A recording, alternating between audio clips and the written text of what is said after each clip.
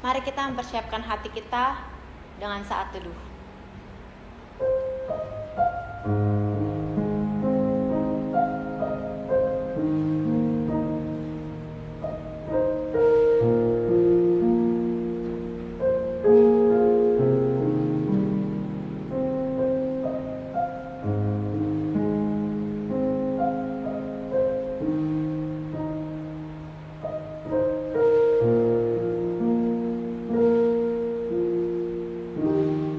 Selesai. Selamat pagi teman-teman yang saya kasihi dalam Tuhan. Sungguh amat besar karunia Tuhan di kehidupan kita masing-masing. Saya yakin meskipun kita semua mungkin ada di dalam rumah masing-masing, tetapi kita tetap satu dalam hati yang menyembah Tuhan, Allah yang maha suci, yang layak untuk ditinggikan. Mari kita sama-sama menyucikan Tuhan, memuji kesucian Allah lewat pujian ini. Suci, suci, suci.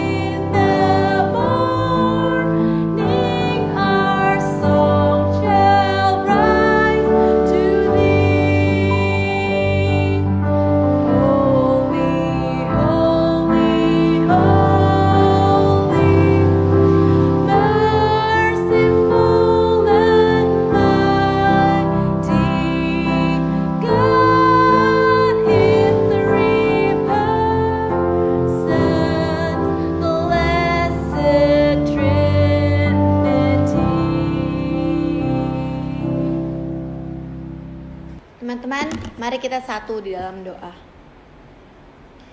Bapa dalam surga, kami bersatu hati Bapa, mengingat akan segala kesalahan-kesalahan kami. Seringkali Bapa, kami memandang kepada dunia dan mencari kenikmatan dunia, sampai-sampai kami lalai dalam mencari kehendak Tuhan. Bapa, kami minta ampun untuk kata-kata yang kami ucapkan, perilaku, tindakan kami Tuhan, pikiran kami yang tidak berkenan di hadapan Allah atau tidak menjadi berkat untuk orang-orang di sekitar kami. Kami minta ampun Bapa, di dalam nama Tuhan Yesus Kristus, Putra-Mu yang tunggal dan kudus, kami berdoa. Amin. Teman-teman, di tengah banyaknya ketidakpastian di sekitar kita harus yakin bahwa ada satu kepastian yang bisa kita selalu pegang teguh. Mari kita sama-sama katakan, Tuhan Yesus baik, sungguh amat baik, dan sampai selama-lamanya, Tuhan Yesus baik. Selalu berulang tahun bagi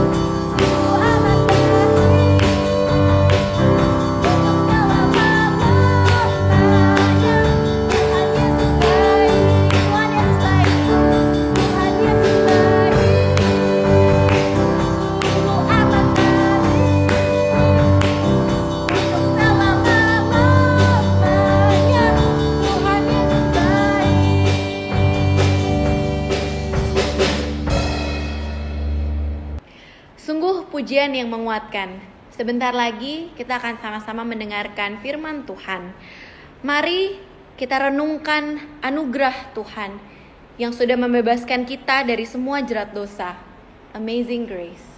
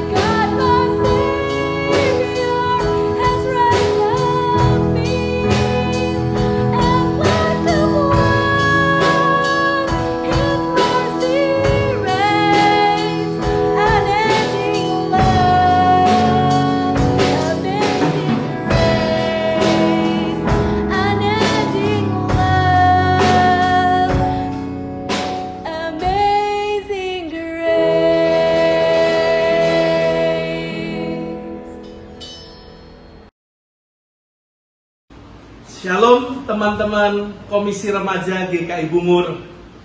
Hari ini saya akan bersama-sama dengan kalian untuk kita membaca dan merenungkan akan satu bagian firman Tuhan.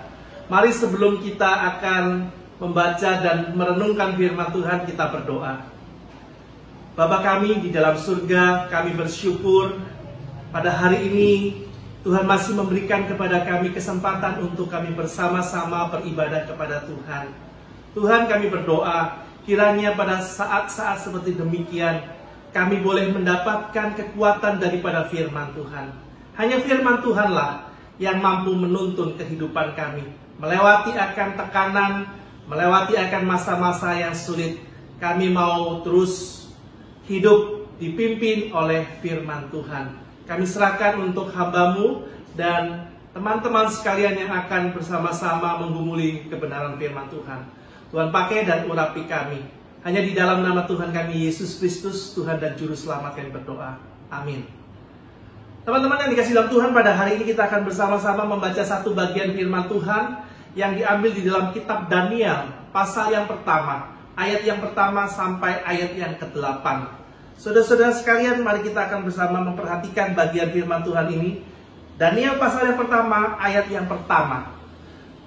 Pada tahun yang ketiga pemerintahan Yoyakim, Raja Yehuda, datanglah Nebukadnezar, Raja Babel ke Yerusalem, lalu mengepung kota itu. Tuhan menyerahkan Yoyakim Raja Yehuda dan sebagian dari perkakas-perkakas di rumah Allah ke dalam tangannya.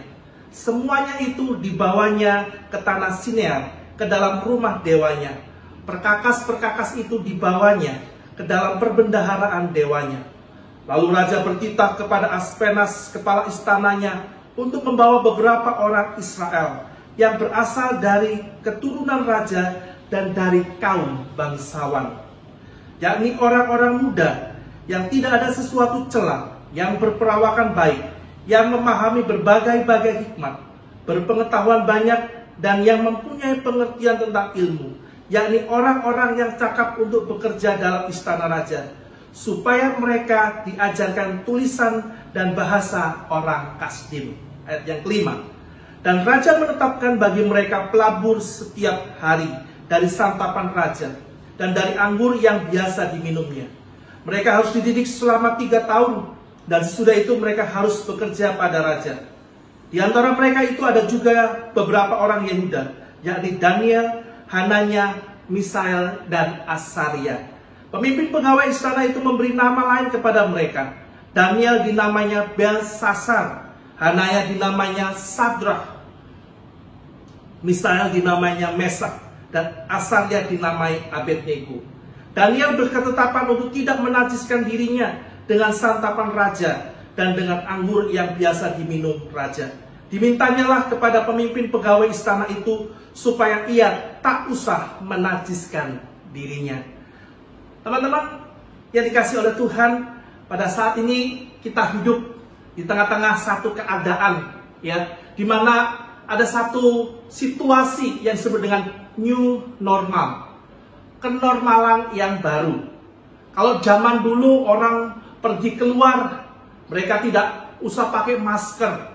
Kalau orang keluar pakai masker, orang akan lihat, wih, aneh nih orang nih, masa gitu aja. Atau kita lihat orang keluar pakai masker, kita lihat ini orang penyakitan. Tapi hari ini saudara-saudara, teman-teman yang dikasih Tuhan, kalau orang keluar nggak pakai masker, wah, itu sesuatu yang aneh. Kita hidup dengan cara yang baru, kenormalan yang baru. Kalau dulu orang bisa berjabat tangan, sekarang tidak lagi berjabat tangan. Kalau dulu orang sangat aneh sekali membawa sanitizer, membawa akan masker. Hari ini bahkan orang bukan hanya membawa sanitizer, hand sanitizer, tetapi juga orang memakai masker, bahkan juga face shield, ya, penutup muka. Itu sesuatu yang normal sekali. Hari ini kalau teman-teman pergi ke pusat-pusat perbelanjaan, misalnya seperti Indomaret, Alfamart, ada jarak yang harus minimal 1 meter antara satu konsumen dan konsumen yang lain. Inilah kenormalan yang baru. Masih ada banyak hal lagi yang akan kita lalui dengan cara kenormalan yang baru, new normal. Teman-teman yang dikasih Tuhan, pada waktu kita melihat di dalam kitab Daniel pasal yang pertama, maka Daniel juga dia mengalami apa yang disebut dengan new normal. Dia adalah seorang Yahudi, dia adalah seorang umat pilihan Tuhan. Dia adalah sebagai anak Allah, umat Tuhan. Dan pada saat itu kemudian Daniel beserta dengan kawan-kawannya, mereka kemudian diangkut ke Babilonia. Dan pada saat itulah, maka ketika mereka ada di Babilonia, saat seperti demikianlah mereka mengalami kenormalan-kenormalan yang baru. Tentu saja pada saat itu mereka juga akan mengalami akan apa yang disebut dengan situasi yang baru, keadaan yang baru, situasi yang berbeda. Kenapa saya katakan itu sesuatu hal yang baru? Karena bisa bayangkan, Daniel, Sadrach, Mesak, Abednego saat itu umurnya masih 14 tahun. Ya, seumur dengan kalian saat itu. Tetapi mereka harus dipisahkan dari sanak keluarga mereka, dari lingkungan mereka, dari tempat mereka, ke situasi yang betul-betul baru, yaitu di Babilonia, tempat yang baru. Dan di sana, kalau kita memperhatikan, kota Babilonia adalah satu tempat kota yang sangat besar dan tempat metropolitan, ya layaknya Jakarta lah. Tempat yang sangat maju, tempat yang sangat canggih dengan berbagai macam fasilitas yang ada. Berbeda dengan kampung halaman Daniel, Sadrach, Mesak, Abednego. Tempat yang sangat berbeda sekali. Mereka harus melalui satu hal yang normal yang baru. kenormalan yang baru. Di kota Babel ada satu tempat di mana di situ ditemukan akan matematika, ya. Mereka mempunyai satu hal yang disebut dengan seksagosimal. Mereka menciptakan 1 menit 60 detik, 1 jam 60 menit. Itu asalnya dari Babilonia. Taman gantung yang di Babilonia juga merupakan salah satu dari 7 keajaiban dunia. Bukankah kita perhatikan Daniel dari tempat yang jauh, yang terpencil, yang kecil, lalu dia ada di Babilonia dengan segala fasilitas, dengan segala kecanggihannya, dengan segala budaya yang baru. Bayangkan, masih kecil, umur 14 tahun, lalu dia diboyong pindah untuk menuju satu tempat yang sama sekali baru. Dari budaya, tradisi, cara berpikir, semuanya jadi baru. Bukankah ini akan menjadi satu tekanan buat Daniel?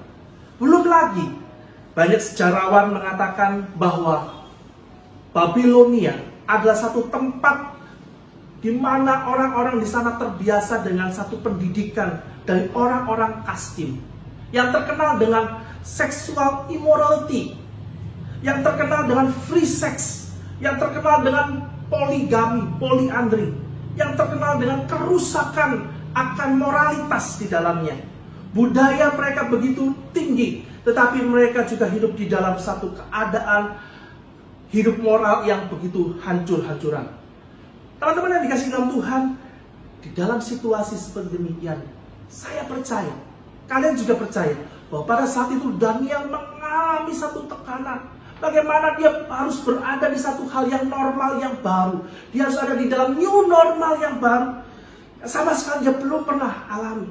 Bukan hanya itu, tapi firman Tuhan juga mencatat, nama-nama daripada Daniel dan rekan-rekannya digantikan.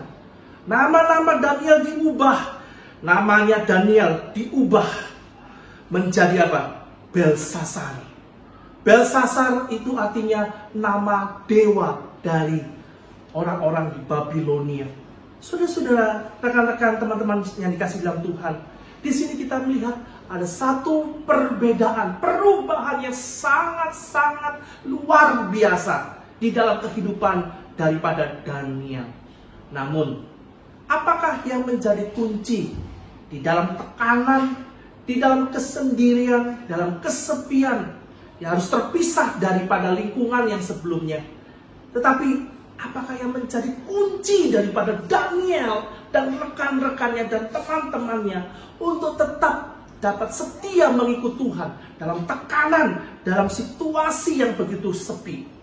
Teman-teman yang dikasihi dalam Tuhan, yang pertama, Daniel dalam situasi dan tekanan yang paling berat sekalipun, dia tidak pernah melupakan kehadiran Tuhan yang berdaulat. Teman-teman yang dikasihi dalam Tuhan, ketika kita melihat akan bagian firman Tuhan, Daniel pasal yang pertama ini, pada waktu Daniel dia menuliskan kitab Daniel ini, di sini kita sudah melihat bagaimana kecerdasan daripada seorang yang bernama Daniel. Dicatat di dalam bagian itu seperti demikian. Pada tahun yang ketiga pemerintahan Yoyakim, Raja Yehuda, datanglah Nebukadnezar, Raja Babel ke Yerusalem, lalu mengepung kota itu. Selanjutnya di situ dikatakan, Tuhan menyerahkan Yoyakim ke dalam tangan Nebukadnezar. Teman-teman yang dikasihi dalam Tuhan, perhatikan kata Tuhan menyerahkan Yoyakim ke dalam tangan Nebukadnezar. Pada saat-saat itu terjadi suatu perebutan kekuasaan. Raja Yoyakim, Raja Yehuda, yang pada saat itu memimpin kerajaan Yehuda, kemudian ditumpas, dikalahkan oleh Nebukadnezar. Tetapi Daniel, dia menuliskan satu kata yang sangat luar biasa. Di situ dia katakan, Tuhan menyerahkan Yoyakim ke dalam tangan Nebukadnezar. Teman-teman yang dikasihi dalam Tuhan, perkataan daripada Daniel ini, ada satu perkataan yang penting. Daniel memiliki satu cara pandang sorgawi. Dia memiliki akan sudut pandang rohani yang begitu sangat baik. Kalau dia dan teman-temannya orang-orang Yehuda itu dibawa ke Babilonia, kalau mereka ditawan, itu bukan karena pada saat itu Raja Yoyakim itu begitu lemah. Tidak. Mereka ditawan ke Babilonia bukan karena Nebukadnezar itu lebih kuat daripada Raja Yoyakim, Raja Yehuda. Tidak sama sekali. Pada saat mereka dibawa ke Babilonia bukan karena kekuatan Raja Nebukadnezar itu jauh lebih besar, strateginya lebih hebat. Tidak sama sekali. Tetapi yang menyebabkan mereka dibawa di dalam suatu kenormalan yang baru, situasi yang baru, itu karena apa? Itu karena dikatakan Tuhan yang menyerahkan Yoyakim kepada Nebukadnezar. Tuhan yang berperan di dalam bagian ini. Ketika mereka mengalami situasi yang sulit, ketika mereka mengalami situasi yang sukar, itu merupakan suatu panggilan Tuhan bagi hidup mereka. Itu merupakan suatu hal yang Tuhan izinkan terjadi dalam hidup mereka. Karena Tuhan ada di situ. Karena Tuhan beserta dengan mereka. Teman-teman yang dikasihi dalam Tuhan, hari ini ketika kamu menyaksikan kebenaran firman Tuhan ini, mungkin kamu berkata di dalam hati kamu, mungkin kamu kemudian berpikir di dalam pikiran kamu, waduh, kenapa ya hari ini kok aku begitu banyak mengalami kesulitan? Kenapa ya aku harus ada di dalam situasi yang seperti demikian? Kenapa ya saya harus ada di dalam situasi yang berat? Tekanan orang tua, mungkin pekerjaan yang terganggu, bisnis papa mama tidak sebaik yang sebelumnya, sekolah dari rumah, kalian mulai bosan, kalian mulai stres, kalian mulai sendirian. Mungkin kalian juga harus menghadapi situasi di mana kalian harus memasuki ujian-ujian. Di dalam situasi keadaan yang seperti demikian, mungkin kalian akan berkata, aduh, kenapa ini semua terjadi? Aduh, aku sudah bosan dengan sekali. Aduh, ngapain ya harus susah-susah seperti demikian? Aku sudah gak bisa lagi deh tahan dengan kehidupan seperti demikian. Teman-teman, di dalam situasi seperti demikian, andalkanlah Tuhan. Di dalam situasi yang paling berat sekalipun, engkau ditinggalkan orang, engkau mengalami akan situasi yang paling berat sekalipun, yang paling sulit sekalipun, yang belum pernah kamu alami sekalipun. Tapi sadarilah bahwa ada Tuhan yang menyertai hidup kita. Seperti Daniel, dia menyadari bahwa ketika dia mengalami rentetan situasi yang sulit, tapi dia sadar bahwa yang menyebabkan itu semua, yang memimpin, yang memanggil akan Daniel, itu adalah Tuhan. Jikalau Tuhan yang memanggil Daniel, maka Tuhan juga yang akan memampukan Daniel. Jikalau Tuhan juga yang kita percayai, memanggil kita di dalam situasi saat ini, hari-hari yang berat ini, maka teman-teman yang dikasihi dalam Tuhan, percayakanlah hidupmu kepada Tuhan. Andalkanlah Tuhan senantiasa di dalam situasi yang paling berat. Firman Tuhan mengatakan dalam Roma pasal 8 ayat 28. Kita tahu sekarang bahwa Allah turut bekerja di dalam segala sesuatu. Segala sesuatu itu ada yang baik, ada yang buruk. Allah turut bekerja dalam segala sesuatu untuk mendatangkan kebaikan bagi orang-orang yang dikasihinya. Teman-teman yang dikasihi dalam Tuhan, marilah kita boleh melihat bahwa hidup kita ada Tuhan. Tuhan ada di tengah-tengah kita. Sebagaimana Daniel yang mengatakan, Tuhan menyerahkan Yoyakim ke tangan Nebukadnezar. Jikalau kita boleh melihat ada peranan Tuhan di dalam hidup kita, sesulit apapun hidup kamu, seberat apapun hidup kamu, percayalah Tuhan tidak pernah sekalipun meninggalkan kamu.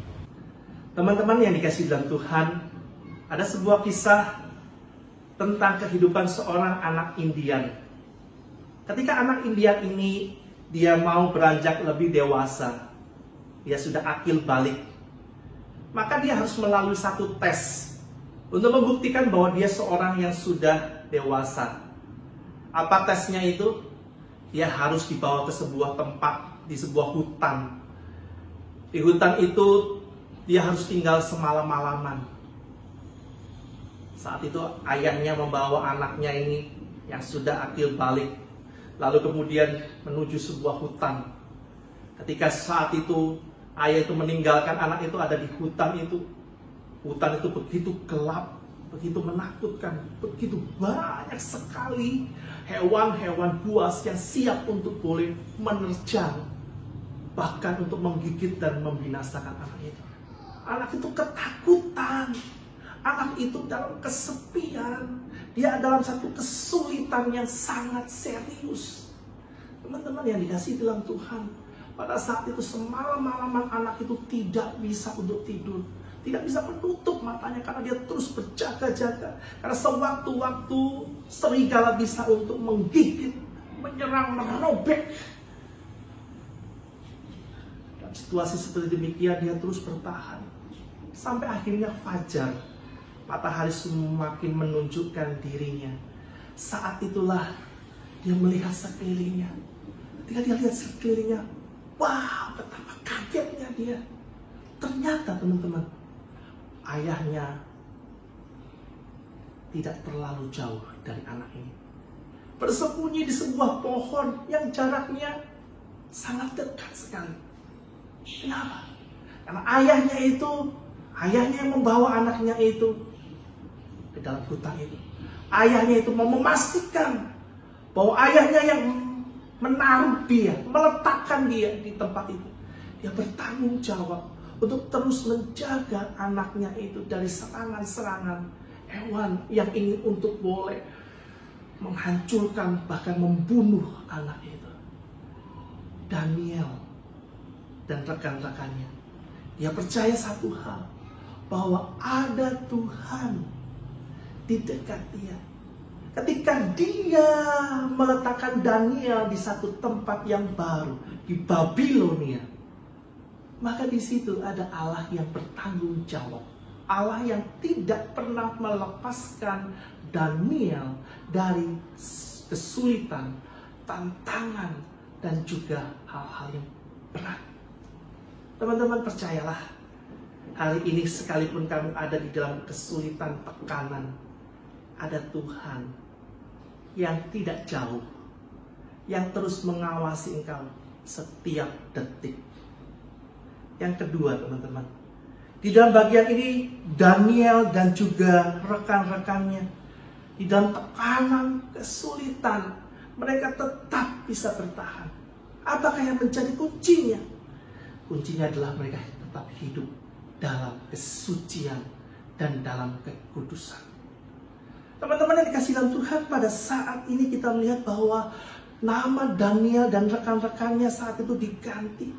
Daniel, seorang yang arti namanya adalah God is my judge, Allah adalah hakim, diganti menjadi Belsasar, yang artinya bahwa namanya diganti dengan Bel, dewa Babilonia yang memproteksi, yang menjaga raja. Itulah artinya. Hananya, yang artinya pemberian Tuhan, God is gracious, diubah menjadi Sadrak, artinya perintah dewa, dewa aku, dewa Babilonia. Lalu kita melihat Misael, yang artinya Allah, yang artinya serupa seperti Allah, mirip dengan Allah, diganti menjadi Mesak, yang artinya salah satu dewa Babilonia. Lalu Asaria, yang artinya Allah penolongku, diubah menjadi Abednego, yang artinya hamba dewa Nebo. Teman-teman yang dikasihi dalam Tuhan, ini satu perubahan yang mau mengatakan bahwa kamu tidak boleh lagi hidup di dalam imanmu yang lama. Kamu harus memiliki iman yang baru, iman di dalam kehidupan bangsa Babilonia, iman yang percaya kepada dewa-dewa Babel. Itulah yang harus terjadi dalam kehidupan Daniel. Mereka diubahkan sudut pandang mereka, diubah nama mereka, untuk mereka beriman kepada Tuhan. Tuhan yang di sini adalah Tuhan daripada orang-orang bangsa Babilonia. Dewa-dewa mereka, itulah yang harus mereka sembah. Itulah yang mereka harus turuti. Dan juga bukan hanya itu, teman-teman yang dikasihi dalam Tuhan. Di dalam bagian ini, mereka juga disuguhkan makanan-makanan yang telah dipersembahkan kepada dewa-dewa daripada orang-orang Babilonia. Teman-teman yang dikasihi dalam Tuhan, pada saat itu dalam bacaan ini, bagaimana saat seperti ini, Daniel, Sadrak, Mesak, Abednego, dia tidak mengambil makanan yang sudah ditetapkan oleh raja. Teman-teman yang dikasihi dalam Tuhan, banyak tafsiran yang mengatakan bahwa di sini bukan masalah makan daging atau tidak makan daging. Tetapi yang jelas di dalam bagian ini dikatakan di dalam ayatnya yang kelima bahwa raja menetapkan. Nah, kata raja menetapkan di dalam bagian ini, di sini mau mengandung satu pengertian bahwa makanan-makanan yang disediakan oleh raja pada saat itu kepada semua orang yang ada di istana raja, itu artinya apa? Bahwa makanan itu merupakan satu simbol, merupakan satu tanda di mana raja ingin mempengaruhi akan orang-orang yang ada di situ. Mereka yang makan adalah orang-orang yang berada di bawah pengaruh daripada Raja Nebukadnezar. Pengaruh di sini berbicara apa? Berbicara pengaruh untuk hal-hal secara duniawi. Pola pikir mereka harus cara pikir seperti orang-orang Babilonia. Pola pikir mereka tidak boleh sama seperti ketika mereka menyembah kepada Allah Yahweh. Pola pikir mereka adalah pola pikir orang-orang Babilonia yang penuh dengan keserakahan, yang penuh dengan dosa, yang penuh dengan penipuan. Oleh sebab itu, Daniel dan rekan-rekannya, mereka menetapkan untuk tidak makan makanan yang telah ditetapkan oleh Raja Nebukadnezar. Seorang penafsir pernah mengatakan, ketika disuguhkan makan, minum, pada malam harinya juga seringkali disuguhkan gadis-gadis yang cantik-cantik.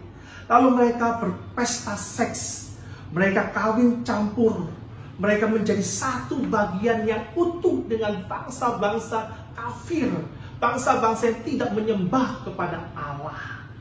Oleh sebab itulah, teman-teman yang dikasihi dalam Tuhan, saat itulah Daniel dan rekan-rekannya tidak makan. Mereka menyucikan diri mereka. Mereka menguduskan diri mereka untuk tidak makan dan tidak minum makanan dan minuman yang telah ditetapkan oleh raja.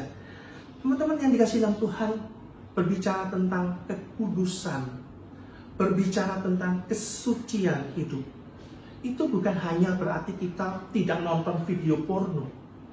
Berbicara tentang kesucian kekudusan, itu bukan berbicara kita tidak mencuri. Kekudusan atau kesucian, itu artinya adalah bagaimana kita memberikan satu keputusan di dalam hati kita. Kita mau untuk hidup hanya untuk Tuhan. Kekudusan, kesucian, itu artinya apa? Bahwa kita mau mengikat satu perjanjian hidup bersama-sama dengan Tuhan. Bahwa aku tidak mau menyimpang ke kiri ataupun menyimpang ke kanan. Aku mau terus hidup buat Tuhan. Aku mau terus menyenangkan hati Tuhan. Itu adalah satu keputusan hati. Dan itulah kekudusan. Kekudusan bukan berbicara kita bicara kotor atau tidak bicara kotor. Kesucian bukan bicara kita bebas melakukan akan apa yang kita mau. Tetapi kesucian adalah satu ketetapan di dalam hati kita. Kita berkata, Tuhan, hidupku adalah milik Tuhan.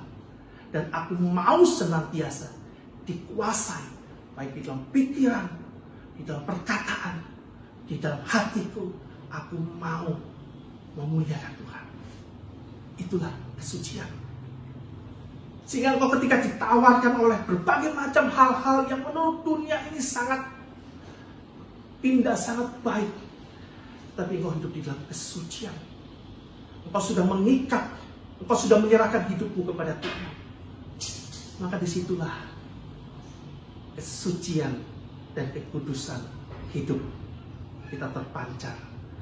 Teman-teman yang dikasihi dalam Tuhan, seorang Josh Muller, dia dipakai Tuhan untuk boleh mengelola sebuah panti asuhan yang menampung sekitar 10.000 anak-anak panti asuhan. Dia terus bergantung kepada Tuhan di dalam dia mengatur dan mengurus akan panti asuhan ini. Setiap waktu mereka itu betul-betul bergantung kepada Tuhan untuk setiap makanan. Sampai satu ketika, saat itu panti asuhan itu betul-betul kekurangan makanan. Mereka tidak punya makanan lagi. Mereka tidak punya lagi sesuatu untuk mereka nikmati pada siang hari. Tetapi dengan iman, akhirnya Josh Muller, mereka berdoa kepada Tuhan. Tuhan, tolong kami. Kami mau makan, tapi kami tidak punya makanan. Saat amin, pada saat itulah pintu panti asuhan itu diketok seseorang dan membawa makanan yang cukup untuk mereka pada hari itu juga. Setiap hari mereka bergantung kepada Tuhan. Setiap hari mereka mengikatkan diri mereka kepada janji-janji Tuhan. Sampai satu waktu, ketika panti asuhan itu sedang menjalankan aktivitas, mereka menjalankan setiap rutinitasnya, pintu daripada panti asuhan itu diketok. Lalu ada seseorang yang mengatakan, kami mengirimkan sejumlah uang yang cukup besar untuk panti asuhan ini. Wah, Josh Muller, dia sangat tertarik sekali. Wah, ini akan memberikan kecukupan. Uang ini akan membuat kecukupan sampai 1 tahun penuh segala kebutuhan-kebutuhan daripada panti asuhan ini. Dia sangat senang sekali. Tetapi ketika saat seperti demikian, lalu kemudian ada suara di dalam hatinya. Suara Roh Kudus itu bekerja di dalam hatinya, membuat dia kemudian dia bertahan. Tunggu sebentar. Sebelum saya menerimakan uang ini, saya mau berdoa dulu. Dia masuk di dalam kamarnya, dia berdoa di dalam kamarnya itu. Dan kemudian pada saat dia berdoa itu, dengan jelas sekali, Roh Kudus menegur akan Josh Muller. Roh Kudus mengatakan, jangan ambil uang itu. Jangan apa-apakan uang itu, kembalikan uang itu. Di dalam hatinya Josh Muller mengatakan, Tuhan, ini kan sumbangan yang bukan dari pencuri, bukan dari orang-orang yang jahat, tapi orang-orang yang murni mau mengasihi Tuhan melalui akan panti asuhan ini. Tapi Tuhan dengan jelas dalam suaranya, dalam hatinya, di dalam doanya itu berkata, tidak. Josh Muller kemudian keluar, dia menghampiri akan orang-orang itu, mengembalikan seluruh uang itu. Dan akhirnya Tuhan tetap memberkati akan panti asuhan itu sampai mereka penuh dengan segala kecukupan. Teman-teman yang dikasihi Tuhan, hidup di dalam kekudusan, hidup di dalam kesucian, bukan bicara masalah pornografi, bukan masalah hal-hal tentang mencuri, tapi satu ketetapan hati seperti Josh Muller yang tetap melayani Tuhan, yang tetap menyenangkan hati Tuhan, sekalipun ada di dalam kesulitan, di dalam tekanan, di dalam himpitan, dalam kesepian, di dalam kekurangan, dia tetap memusatkan hidupnya kepada Tuhan. Hari ini engkau mungkin ada di dalam ketekanan, dalam kesepian, di dalam satu kenormalan yang baru. Tapi marilah kita sebagaimana Daniel. Yang pertama, Daniel dia tetap dapat hidup di tengah-tengah situasi yang baru, di tengah-tengah himpitan, di tengah-tengah kesepian. Kenapa? Karena dia percaya ada Tuhan yang intervensi. Ada Allah yang berdaulat secara penuh di dalam hidupnya. Ada Allah yang tidak pernah meninggalkan dia. Itulah kuncinya yang dilakukan oleh Daniel. Yang kedua, Daniel dia tetap hidup di dalam kesucian. Dia hidup di dalam kemurnian, di dalam kekudusan. Dia tetap menjadikan Tuhan sebagai pusat hidupnya. Dia mengikatkan seluruh hidupnya itu kepada Tuhan. Teman-teman, marilah pada saat-saat seperti demikian, kita serahkan seluruh hidup kita kepada Tuhan. Kita percayakan hidup kita mutlak kepada Dia. Karena Dialah yang akan terus menuntun hidup kita. Jangan pernah meninggalkan Tuhan. Tetap setia. Renungkanlah firman Tuhan itu siang dan malam. Jadikanlah Tuhan sebagai gembala yang memimpin hidupmu. Tuhan memberkati kita semua. Mari kita masuk dalam doa. Tuhan Yesus, terima kasih untuk firman Tuhan yang kami sudah renungkan. Tuhan, tolong kami untuk kami boleh menjadi pelaku-pelaku firman Tuhan ini. Di tengah-tengah kesendirian, kesepian, di dalam kenormalan yang baru ini, kami boleh menjadi pelaku-pelaku firman Tuhan, bersandar kepada Tuhan, bergantung kepada Tuhan, mengikatkan diri kami kepada Tuhan. Terima kasih Tuhan untuk firman. Dalam nama Tuhan Yesus kami berdoa dan bersyukur. Amin. Marilah teman-teman, beserta dengan seluruh jemaat dari segala tempat dan segala abad, kita nyatakan iman kita melalui pengakuan iman rasuli. Pengakuan iman rasuli. Aku percaya kepada Allah, Bapa yang Maha Kuasa, Khalik langit dan bumi, dan kepada Yesus Kristus anaknya yang tunggal Tuhan kita, yang dikandung daripada Roh Kudus, lahir dari anak darah Maria, yang menderita sengsara di bawah pemerintahan Pontius Pilatus, disalibkan, mati dan dikuburkan, turun ke dalam kerajaan maut. Pada hari yang ketiga, bangkit pula dari antara orang mati, naik ke surga, duduk di sebelah kanan Allah, Bapa yang Maha Kuasa. Dan dari sana ia akan datang untuk menghakimi orang yang hidup dan yang mati. Aku percaya kepada Roh Kudus, gereja yang kudus dan am, persekutuan orang kudus, pengampunan dosa, kebangkitan orang mati, dan hidup yang kekal. Amin. Teman-teman, sekarang saatnya kita memberikan persembahan. Teman-teman dapat memberikan persembahan melalui transfer ke rekening gereja masing-masing, atau juga dapat disimpan, dan pada saat kita bersama-sama berkumpul di gereja, dapat dibawa ke gereja masing-masing. Kita patut bersyukur atas kesempatan yang masih Tuhan berikan kepada kita untuk melayani Dia melalui persembahan. Mari kita nyanyikan lagu Bapa Engkau Sungguh Baik. Bapa